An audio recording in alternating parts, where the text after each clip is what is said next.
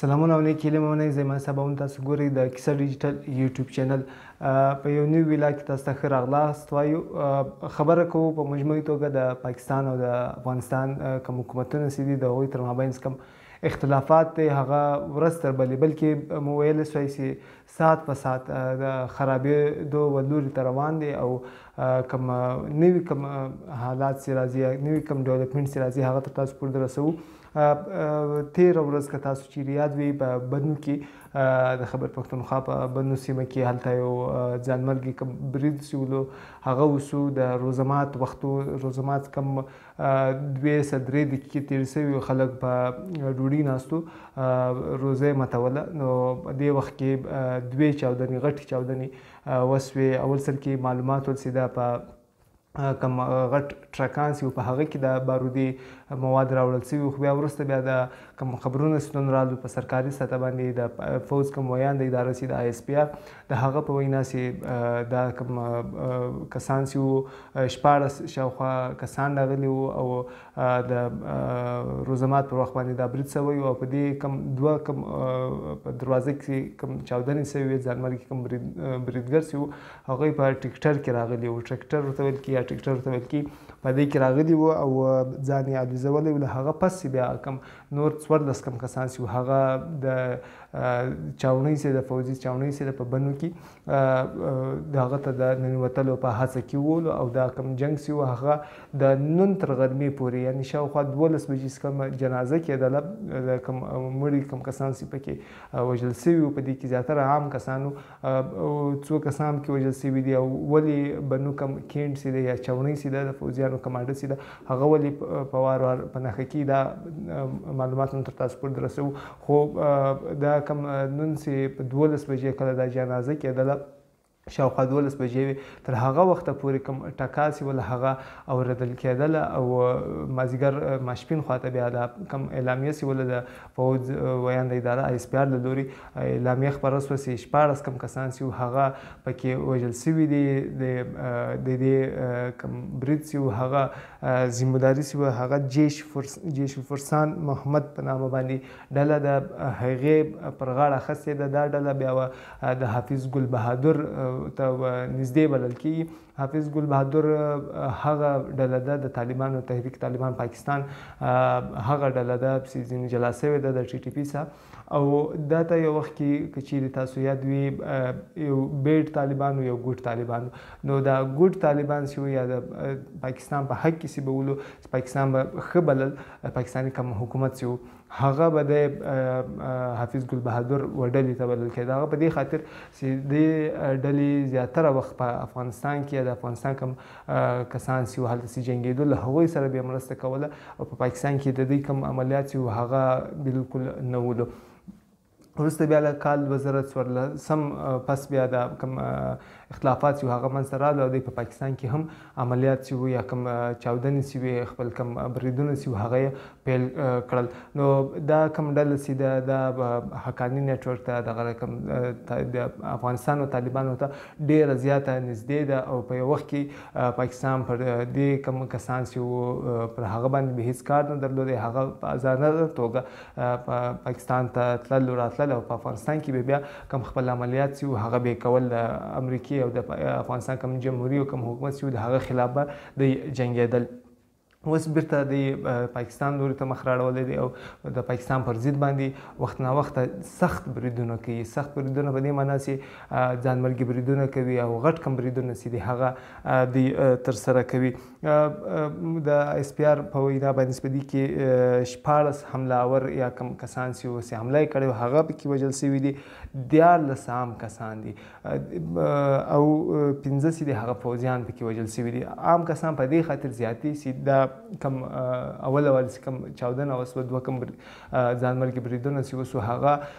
ډېر زیات زورور ول. کم نږدې کم سیمې چې دي شاوخوا 3 کلي چې دي هغه متاثره سوي دي او کم نږدې کم مسجد چې دی هغه بالکل د هغه چت راولوېدلی دی او په دې وخت کې کوم هلته د مسجد امام و هغه پکې له منځه تللی دی. له دې ما سوی مؤذن ولو چې اذان یې کوي هغه له منځه تللی دی او د روزي شپې ورځې دي نو هلته د تراویح لپاره چې کوم حافظ ولو نو په هغه مسجد کې هغه هم په دې کله چې د مسجد چت راولېدلی نو هغه پکې سخت زیات ژوبل شوی دی خو بیا هم بچ دی او ژوند یې له لاسه نه دی ورکړی. د دې ما سوی کم نږدې کم سیمې کورونه چې دي په دا سیمه کې په هغه کې د هغوی د چا چتونه نړېدلي دي یا چا کم دیوالونه چې دي هغه نړېدلي نو په دې خاطر باندې چې کم کسان دي هغه عام کسان زیات دي او په دې کې ماشومان هم دي حتی د 1.5 کالو یو ماشوم هم پکې شامل دي چې بالکل له منځه تللی دی. داسې خبرونه دي چې شپږ کم ماشومان چې دي هغه پکې دغه سوي دي وژل سوي دي او په مجموعي توګه 14 کسان دي او 15 چې دي هغه فوجیان دي.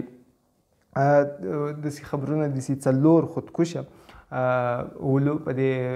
حملاورو کې اولو 2 سیو هغه ور په خواله ځانونه والوځول او دا نور سیو هغه بیا د عملیاتو په هڅه کې د پاکستاني فوج په وینا باندې چې دا حمله سیو هغه دوی ناکامه کړې ده. هغه په دې معنا چې کچېرې دا کسان سیو هغه و کینټ ته یا فوجي چاونۍ ته ننوتل نو هلته بیا د کوم دفترونه دي هغه په نښه کول هلته چې کوم کورونه دي د فوجیانو یا د څوک په فوج کې کار کوي د هغوی کورونه دي نو هغوی به بیا په نښه کول دغه رقم نور حساس کم ځایونه چې دي هغه به یې په نښه کول نو په دې خاطر باندې دوی دا کم حمله چې د هغه ناکامه بولي. له دې ما سوی هلته نږدې 10-12 کم برکې دي یعنې هغه شنې برکې کوم چې خولۍ لري او مخ پکې پټي او د کوم مخ ته جالۍ لري په دې سیمه کې په خیبر پښتونخوا زیاتره سیمو کې کوم ښځې چې دي هغه یې استعمالوي نو هغه هلته موندل سوي دي. داسې رپورټونه دي یا داسې کوم خدشه چې د هغه دا ظاهر کیږي چې کوم حملاور چې ولو کوم وسلوال چې هغه په دې برکې اغوستې وي او تر څو دوی خلک یې ونه پېژني او دوی په پټه و دې ځای ته رسېدلي دي. د دې ما سوی په دې حمله کې 22 کم کسان چې دي هغه زخمیان دي او تورونه پورې کړل سوي دي چې په دې کې د افغانستان کم کسان چې دي هغه ډایرکټ یا برای راست په دې کې ملوثه پاتې سوي دي او د دې ما سوی دا کم حمله سوله د دې کم تیاری سوه دا په افغانستان کې د دې تیاری جوړه سوې وه منصوبه بندي یې سوې وه او کنټرولېدله هم نو دا کوم تورونه دي په جواب کې بیا طالبان څه وایي او افغانستان کوم حکومت چې دی دا وخت هغه به څه وایي هغه په روان وخت کې موږ ګورو خو فوجي کوم ویان اداره چې د هغه دا تورونه لګولي دي او دا دغه چې دی وایي چې د پوره اختیار لري پاکستاني حکومت او فوجیان چې هغه خپل واک اختیار چې هغه په پوره توګه استعمال کړي او د دې حملې کوم بدل چې دی هغه واقع پر روان وخت کې به یقینا موږ ګورو که چیرې زموږ مخ ته داسې راسي چې پاکستان وړاندې هم کړي وو که یو وارې بیا پر افغانستان کې حمله وکړي او هوایي بریدونه وکړي نو دا به داسې ناولده خبره نه وي په خاطر د دې چې که دا رقم حملې کېږي نو بیا همیش په جواب کې بیا داسې څه کوم عملیات چې دي هغه موږ مخې ته راځي او داسې کوم عملیاتو کوم شاهدان چې هغه موږ پاته کېږو. رد عمل به په پاکستان کې دننه وي په افغانستان کې به وي د څه دغه دا به تر تاسو پورې پر روان وخت کې موږ بیا هم در رسوو. په دې کې مسجد چې دی هغه له منځه تللی ده کوم چې مخته وویل او کوم حافظ چې دی هغه پکې زخمي دی امام چې دی هغه پکې وژل شوی دی او مؤذن پکې وژل شوی دی او پوره تحقیقات به کېږي دا سرسري تحقیقات دي. اول کوم تحقیقات چې دي ابتدایي کوم ریپورټ چې دی هغه دي له دې پس به پوره تحقیقات کېږي. د بنو خبره مو وکړه چې بنو کینټ باندې ولې په وار باندې حملې کېږي له دې حملې مخته هم په دې کینټ باندې تیر کال کې چیرې تاسو یاد وي په جولای 2024 کې هم دغه رقم تقریبا حمله سوې وه او هلته چې کوم کسان هغه پر د ننوتلو په هڅه کې وو خو هغه هم یو رقم بیا وروسته کوم کسان چې وو هغه امن پاڅون وکړي او هغه کسان راووتو او د دې رقم حملو خلاف بیا احتجاجونو کوم لړۍ چې هغه پیل هم سوله. د بنو کوم جغرافیه چې د هغه زما په یو غټه وجه کېدای سوی ولې بنو داسې علاقه داسې شمالي وزیرستان او جنوبي وزیرستان ته یو د دې بارډر چې دی هغه نښلي ورسره دغه رقم د افغانستان کوم سیمې چې دي هغه که خوست سي او داسې نورې کوم علاقې سي هغه ډېرې زیاتې ورته نږدې دي او دا کوم ځای چې د چیرې د وزیرستان کوم اپریشنونه چې کېدل نو له همدې ځای څخه له همدې چاودنې څخه به کنټرول کېدل نو او له دې محاسبې دا کوم تاریخي اهمیت چې دی د بنو هغه دا دی چې په دې کې کوم د طالبان چې یا کوم مجاهدین چې کله چې تیار کېدل نو له همدې سیمو څخه راوتل دې سیمه کې کوم کسان چې دي هغه تعلیم یافته نه دي دلته د خلکو هنر او هڅه نشته د تعلیم ذریعه نشته د روزګار ذریعه نشته نو په دې خاطر باندې بنو کوم کسان چې یا کوم عام آبادي چې هغه ډېر زر بدل سو او کوم وسلوال کوم تنظیمونه چې هغه ته ولاړل هغه که افغان مجاهدین چې که حقاني نیټورک چې د دې ځای تقریبا حقاني نیټورک هم له دې ځای څخه پیل شوی و هغه که بیا وروسته وزیرستان خواته وزیرستان لور ته تللی و دغه رقم مجاهدین کسي هغه هم له دې ځای څخه په زیات تعداد راغونډ کړل سوي وو دلته به دوی تیارېدو او بیا په افغانستان ته لېږل کېدو نو دا یو رقم د وسلوالو یو مرکز پاتې شوی دی نو په همدې خاطر باندې بل لوري ته موږ وویل چې افغانستان ته نږدې دی او وزیرستان ته چې چیرې د طالبانو ګډ دی دا وخت که د ټي ټي پي سي که دا نور کم دغسې نو په دې وجه باندې د دې کم بنو کم دغسې دی هغه یو سافت ټارګټ دی هغه په مخ کې راځي نو په مخ کې چې هر څوک اول راځي نو په بارډر کې به نو هغه به بیا دا تاوان ویني او دا رقم کم پیښ چې وي هلته به بیا زیات مخې ته راځي په کار به وي یا به په انتظار یو چې د پاکستاني کم فوجیان چې دي هغه به جواب څه ورکوي و پاکستاني کم د پاکستان کم ځواکونه چې دي یا حکومت چې دی او د طالبانو کم حکومت چې دی هغه د هغو تعلقات ورپخوا ډېر زیات خراب دي هغه که د تورخم دروازه سي که د ټي ټي پي موضوع سي که د داعش موضوع سي او دغه رقم موږ تاسو ته په تېر ویلاو کې درته ویلي وو چې د ټرمپ له اعلانه پس چې دوی د داعش کم کس چې ویلي دي چې د هوایي د کابل هوایي ډګر کې حمله کوونکی کم کس یې ولو ماسټر مایند چې هغه دوی نیولی دی د پاکستان په مرسته او د پاکستان تعارف یې کړی و یا پاکستان کم صفت چې هغه کړی ولو اوس کوم حالات چې د هغه داسې بیرته یو وارې بیا سره کېدای سوی چې د پاکستان او د افغانستان کوم حالات چې دي یا کوم اړیکې چې د هغه د ښه کېدو خو کوم څرک چې د هغه نه لیدل کېږي بلکې په راروان وخت کې که چیرې زیاتې نورې پسې خرابې سي نو دا به د تعجب وړ نه وي یو لوري ته د افغان مهاجرینو کم کیسه چې ده هغه په زیات شمیر په وار وار پاکستان حکومت وایي او کم بلوچستان سي که خیبر پښتونخوا سي د هغه ځای کم ډي سي سي دي یا اي سي دي هغوی اعلامیه په مسلسله توګه جاري کوي چې کم افغان مهاجرین دي هغه د تر یو 13 مارچ مخکې ولاړ سي و افغانستان ته یا خپل وطن ته که نه وي د دوی پر ضد باندې به بیا عملیات کي او په زور به لیږل کېږي بل لوري ته بیا د ټرمپ کم بیان چې و چې کم کس چې و شریف الله په نوم د هغه دوی ته سپارل شوی دی او یو رقم داسې ګڼل کېږي چې امریکا او پاکستانیان یو وارې بیا په رابطو کې دي سره او داسې خبرونه دي چې د پاکستان کوم نایب وزیر اعظم د اسحاق ډار هغه له ټرمپ سره یا د ټرمپ انتظامیه سره ټلیفونیک رابطه هم وشوې ده او له هغوی سره خبرې اترې کړې دي او د اسلحې کومه خبره شوې ده چې ټرمپ په وار وار ویلي چې د امریکایانو اسلحه په افغانستان کې پاته ده د هغوی په هکله باندې د دې بیان خیر مقدم کړی دی او په دې کې به بیا دوی دا غواړي چې کوم اسلحه چې د هغه هم په پاکستان خپل کردار پکې ادا کړي او امریکن کوم اسلحه چې د هغه تر امریکې پورې ورسي بل لوري ته د تورخم کومه کیسه چې د شاوخوا 14 ورځې کې تورخم بند دی هلته په وار وار باندې د پاکستان ځواکونه چې دي او د طالبانو تر مابین نښتې رامنځته کېږي نن غرمه هم داسې ریپورټونه وو چې د نښتې رامنځته سوې وې. تېر شپه نابله شپه یو وارې بیا د دې تر مابین نښتې رامنځته شوې، تر هغه یوه ورځ وړاندې د کوم نښتې شوې هغه رامنځته شوې، یعنې کله چې دا بارډر بند شوی دی 3 وارې د دوی تر مابین نښتې رامنځته شوي دي. په دې کې